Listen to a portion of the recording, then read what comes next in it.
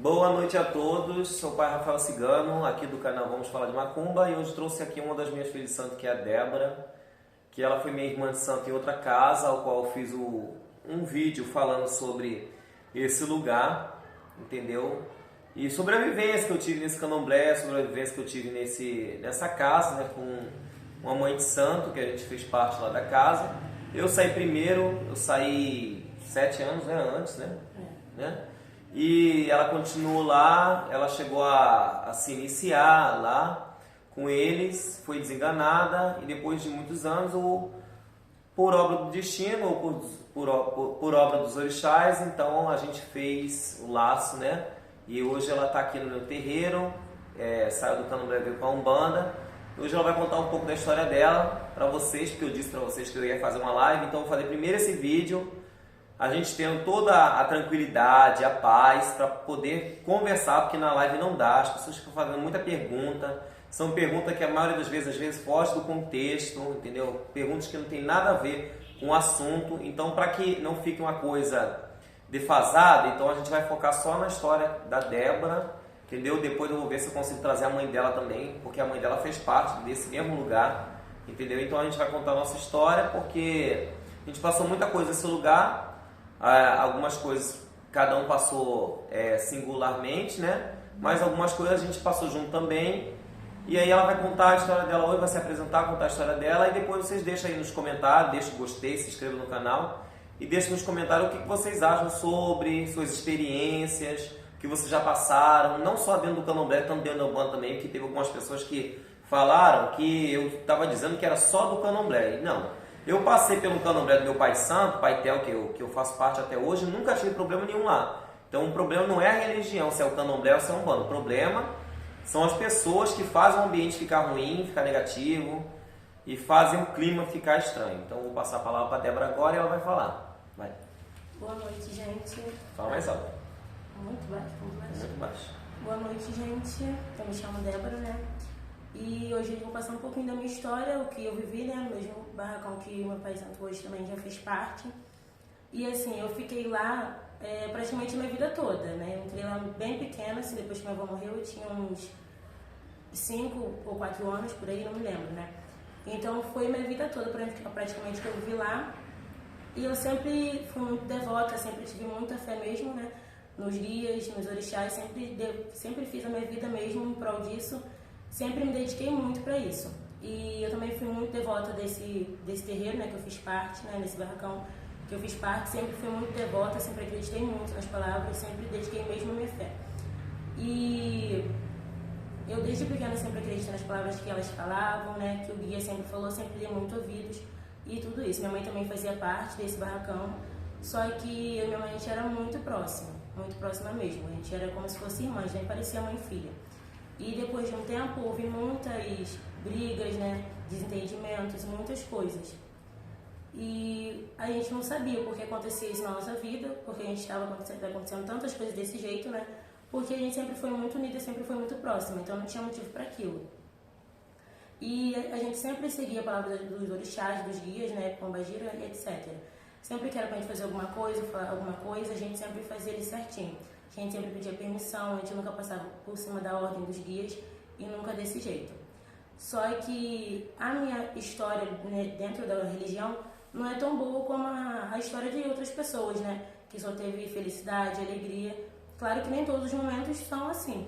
Só que a minha história, né, o meu começo na religião foi bem ruim mesmo.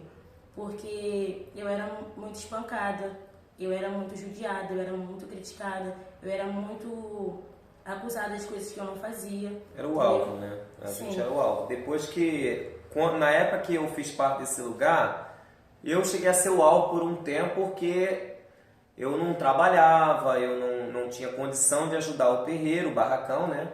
E aí o Rafael era o alvo, era uma pessoa que era mais criticada, era uma pessoa que apanhava, uma pessoa que passou muita coisa ruim. Teve até gente nos comentários que diz que tudo que eu passei serviu para uma evolução. Infelizmente eu não consigo acreditar que apanhar dentro de uma religião ou passar toda a negatividade que a gente passou serve para evolução nenhuma. Porque hoje eu vejo a Débora hoje uma pessoa evoluída, mas graças a Umbanda e aquilo que você aprendeu aqui no terreiro. Tanto que a Cristina está aqui e a gente vê a Débora falando hoje é totalmente diferente da Débora que falava há um ano atrás. O dialeto de Candomblé, a forma de falar com os guias, a forma de falar dos guias.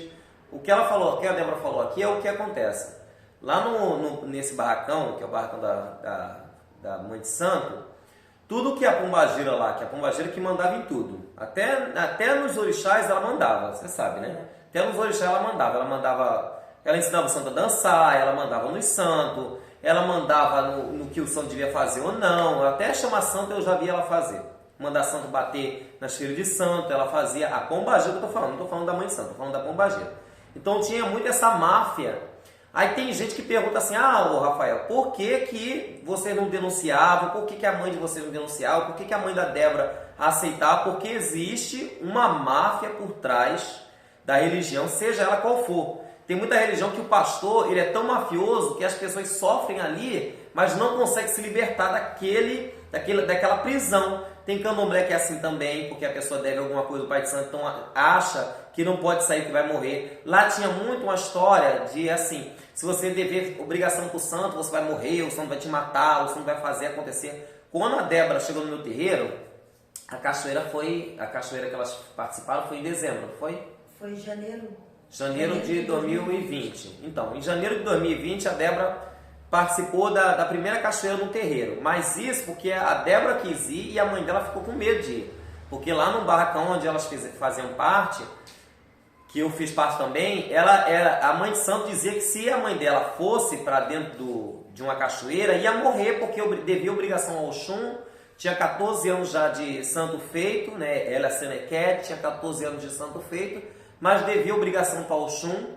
E aí o Oxum ia matar ela, ia acontecer alguma coisa ruim. A mãe dela, quando chegou lá na minha casa, no meu terreiro, ela estava com a perna aberta, com problema de erisipela, estava desenganada dos médicos. E a mãe de santo também desenganou ela também, falando que era cobrança da Oxum. Então, é uma história à parte, que eu pretendo trazer com a mãe dela, né? E aí a gente vai falar mais um pouco da história da Débora. Eu vou conversar um pouco mais, porque ela está meio nervosa. Então, eu vou conversar um pouco mais com vocês sobre ela. A Débora, quando eu fui lá para o barracão, a Débora era pequena e a Débora não fazia tanta coisa igual os outros, né? Porque criança não fazia tanta coisa. E lá tem uma grande represália, uma repressão de que crianças não podem gritar, crianças não podem correr, crianças não podem pular, crianças não podem fazer nada, que leva um esporro, leva um sulavanco, apanha, bota de castigo e tudo isso. Então as crianças são tratadas dessa forma. Existe uma certa pressão muito grande com as crianças. Então você já vê, se a criança ela cresce naquele lugar, igual a Débora falou que desde pequena está naquele lugar, você não conhece barracão nenhum, não conhece terreiro nenhum, até porque a mãe de santo não deixa ninguém ir para outros lugares. Aí você fica naquela prisão, achando que aquilo ali é a única verdade. A sua mãe, no caso a mãe dela, era totalmente submissa a esse barracão. Tudo que a pombagira lá falava em relação a Débora, ou então um dos irmãos de santo, caía sobre ela ou um dos irmãos dela, porque a mãe acreditava em tudo que era dito, e aí você sabe que existe uma repressão muito grande, psicológica e tal. Então ocorreu isso. Passado dos tempos, a Débora virou adolescente e começou a desenvolver lá no terreiro. Ela começou a receber pombagira. Pode falar essa parte? Pode. Ela começou a receber pombagira e tal. Muita gente já viu a Débora de pombagira lá, entendeu? Só que a pombagira da Débora era muito reprimida, não podia fazer muita coisa, que lá não pode. Lá eles não deixam santo...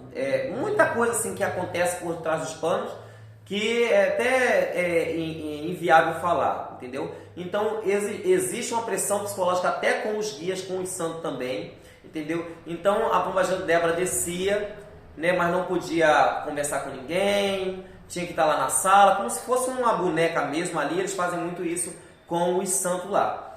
E aí, depois de alguns anos, não sei quanto tempo durou, porque eu já tinha saído de lá, já não estava mais falando com as pessoas. Então, depois de algum tempo, a Débora foi entrar para dentro do Roncó, né, para fazer o santo, para fazer a parte do santo. Aí agora eu vou deixar ela falar, para ela falar da visão dela, até porque eu não participei disso, entendeu? Ela vai falar da visão dela, tem que ter cuidado com as palavras, entendeu? Você vai falar da sua visão e depois eu vou falar em cima sobre o que aconteceu e tentar dar uma explicação sobre tudo aquilo para quem não entende esse lugar que a gente fez parte e para quem não entende essa nossa história de evolução espiritual, aí vocês vão entender do que se trata o ambiente. Então vou passar a parte para ela. Porque desde assim, que no Candomblé, né, você já dá o título para a pessoa, de EQED, de rodante, né, como fala no Candomblé. E eu sempre fui rodante, né, sempre recebi, sempre incorporei. Nunca passou a possibilidade de eu ser EQED. Aí acabou que chegou a hora de fazer uma feitura, né, e eu aceitei porque sempre foi o que eu quis, sempre fui muito disposta a isso. E na hora, né, tudo bonitinho. Vamos pausar rapidinho aqui.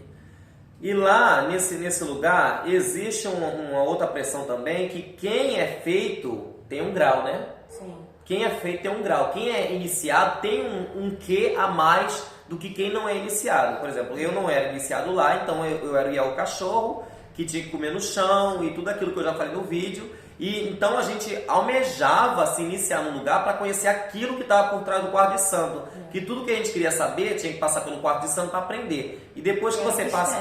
É um mistério. E depois que você passa daquilo, você não vê nada, né? Sim. Então pode continuar, por favor. Aí eu fui, né, me iniciar lá e chegou na hora, né, de fazer todos os mandamentos, que eu ainda não sei, porque eu não faço mais parte do Candomblé, eu já sou bandista.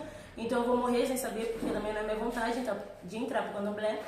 E chegou na hora que eles, né, do orixá dar o nome, eu falar esse negócio assim, pode falar essa parte? Pode. Não aconteceu nada, eu simplesmente não recebi nada, nada, e não recebi nada. E aí acabou comigo, né, fiquei sem chão, e como minha mãe sabia que eu era rodante, todo mundo sabia que eu era rodante.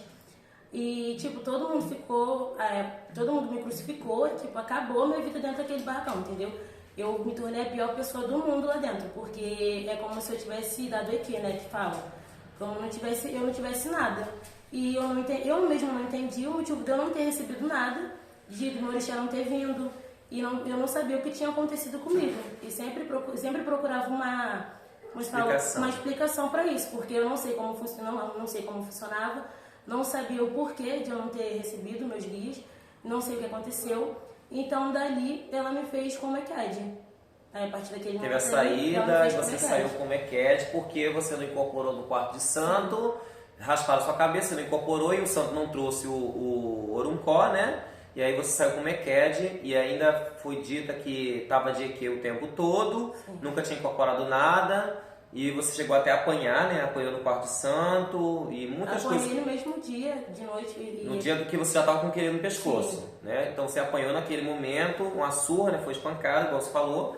E aí foi uma surra muito grande e você ficou sem entender, tanto de um lado quanto do outro, e também porque não tinha para quem correr, porque a verdade da Mãe de Santo era a única verdade que importava naquele momento. Eu sempre incorporei, então porque naquele momento foi diferente, né? Só que eu sempre recebi assim, a bombagira, né? Nunca fui de receber assim os orixás, então eu não entendi o porquê de meu orixá não ter se apresentado naquele momento, que é um momento crucial dentro da religião. Então, eu não sei, eu não entendi o motivo do meu guia não ter se apresentado, entendeu? Então, uma coisa assim, me fizeram como EQED, minha saída foi como EQED, vergonhoso pra mim, vergonhoso pra casa também, porque todo mundo sabia que eu recebia, né? E no dia eu sei como EQED e tudo mais. Com certeza. Mas dali pra frente eu segui minha vida. Continuou sendo EQED, 3 anos você passou, né, como EQED, desvirando santo, né, desvirava santo, passava pelos fundamentos que se passa ali, que é de ver e tudo, e você nunca incorporou com o orixá igual eles queriam que incorporasse. Sim. Agora eu vou explicar para vocês a minha explicação perante a visão que eu tenho tanto dentro da Umbanda quanto dentro do Candomblé e tudo que eu já passei. A explicação que eu dei para a Débora foi que como ela tem os guias de Umbanda, a Débora tem os mestres da Jurema também, tem os guias de Umbanda, a linhagem da Débora é somente Umbanda, então quando ela chegou na hora do fundamento do Candomblé, ela não fechou o olho, entendeu? Não botou a mão para trás, não fingiu estar com o santo, só porque as pessoas queriam que acontecesse, entendeu? Até porque... E eu realmente esperei, porque todo mundo fala que eu ia que o santo ia vir, que ia bolar, né, que eles falam. Na hora certa, o guia ia se apresentar.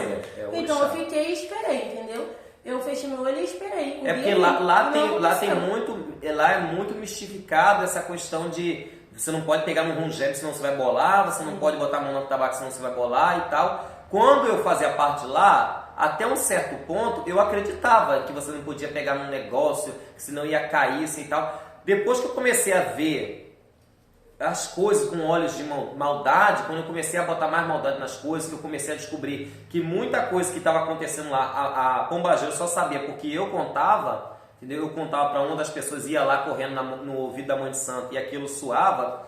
Então, quando eu comecei a botar maldade, eu comecei a testar, botava a mão no atabaque, botava a mão no rungebe, eu entrava dentro do quarto de santo onde não podia, não acontecia nada comigo, então eu comecei a achar que eu era o problema.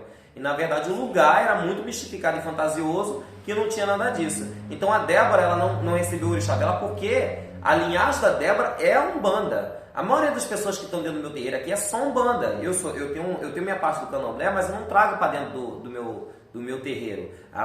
Minha parte do candomblé fica lá com o meu pai de santo e não interessa aqui. Então o que acontece? Essa questão do erro da mãe de santo pegar e falar, olha, ela deu EQ, passar um ano da sua vida recebendo um EQ e a mãe de santo não vê que é um EQ, eu acho que o problema do EQ não está na Débora. O EQ está na própria mãe de santo ou na pombagira, que não soube diferenciar uma pessoa incorporada ou não incorporada. Porque se a Débora, todo sábado que tinha macumba, ela recebia a pombagira dela e na hora do fundamento ela não incorporou o Oxum, e a mãe de santo deveria ter falado assim, olha, a Débora não reincorporou hoje, mas futuramente ela vai incorporar, porque ela foi feita de axé. No candomblé de Queta acontece muito isso, até na Angola mesmo agora está acontecendo. A pessoa incorpora os guias de Umbanda, mas na hora do orixá não incorpora, não entra em transe, e aí tem aquela saída que é feita de axé. A pessoa sai acordado, entendeu? Um outro orixá vem lá e dá um nome, mas não. Eles preferiram dizer que a Débora estava de EQ, que nunca incorporou nada, e saiu ela como Eked. Então muita gente que conhece essa história,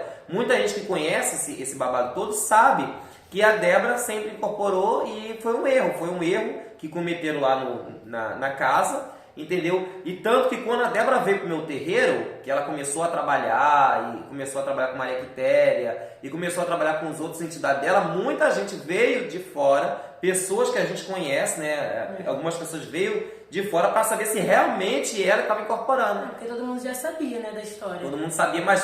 Porque ela mesmo espalhou para todo mundo isso.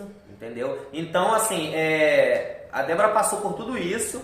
A Débora passou 3 anos como Eked, ela ficou lá como Eked e tal. E teve a Digina dela, ganhou a Digina dela. A Digina lá é um caso diferente. Eles pegam um orucó, pegam um pedaço do orucó e faz uma Digina para a pessoa, cria a Digina. Então a Débora tinha Digina, entendeu?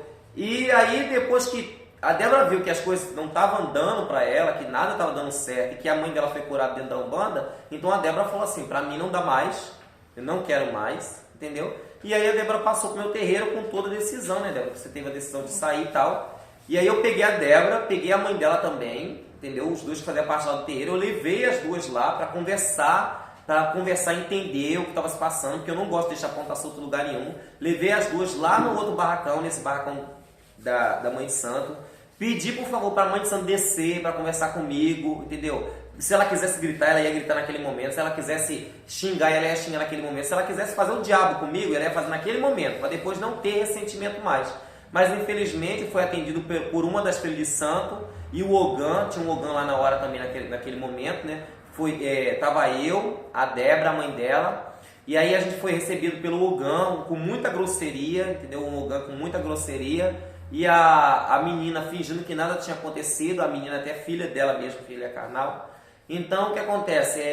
A gente foi atendido, pedi para conversar com a mãe de santo, mas a mãe de santo não quis receber a gente. Estava com ódio, uma fúria terrível entre a Débora e a Lidiane também, que é a mãe da Débora, e de mim também principalmente. Então assim, para mim não faz diferença nenhuma, porque graças a Deus hoje tenho o meu terreiro. Eu sou convicto de tudo que eu sou, entendeu? Eu sou uma pessoa, graças a Deus, aos orixás e Oxumaré também, entendeu? Então, assim, eu digo que a Umbanda é para quem merece, para quem é convicto dela. Porque, por exemplo, se você faz parte da Umbanda, você tem que ser convicto do que você é. Se você for dar cabeça para pessoas que é do candomblé ou para pessoas que é de outra religião e falar assim, ó, você é feito, não é, você foi feito Eked, agora está recebendo e tal. Se você for dar cabeça para todas as pessoas que vão te criticar, você não vai conseguir construir nada sólido na sua vida, porque o mundo é feito de críticas. Até Jesus, que veio na Terra, entendeu? Se martirizou por nós, foi criticado, foi crucificado. Imagine nós mesmos que não somos nada, entendeu? Quer falar mais alguma coisa? A gente tá falando. Então eu acho que assim, a história da Débora é essa, tem muita coisa por trás, entendeu? Chegou um momento, a gente não falou sobre essa parte, mas chegou um momento que todo sábado que tinha gira no terreiro lá é bate de 15 em 15. Então todo sábado que tinha gira no terreiro, eu falei pra vocês numa parte, no outro vídeo, se vocês não viram, veja, sobre a minha história. Então eu falei pra vocês numa parte que a pombageira descia no terreiro para esculhambar as pessoas, né? Então chegou um momento que a história da Débora estava tão crucial, o clima estava tão pesado naquele barracão, naquele terreiro, que a Débora era alvo de tudo. Contava intimidade, se ela virou mocinha ou não, contava intimidade dela com o namorado, contava assuntos íntimos entre ela e a mãe dela, porque até o momento existia uma mistificação achando que a pombageira sabia de tudo, mas na verdade não.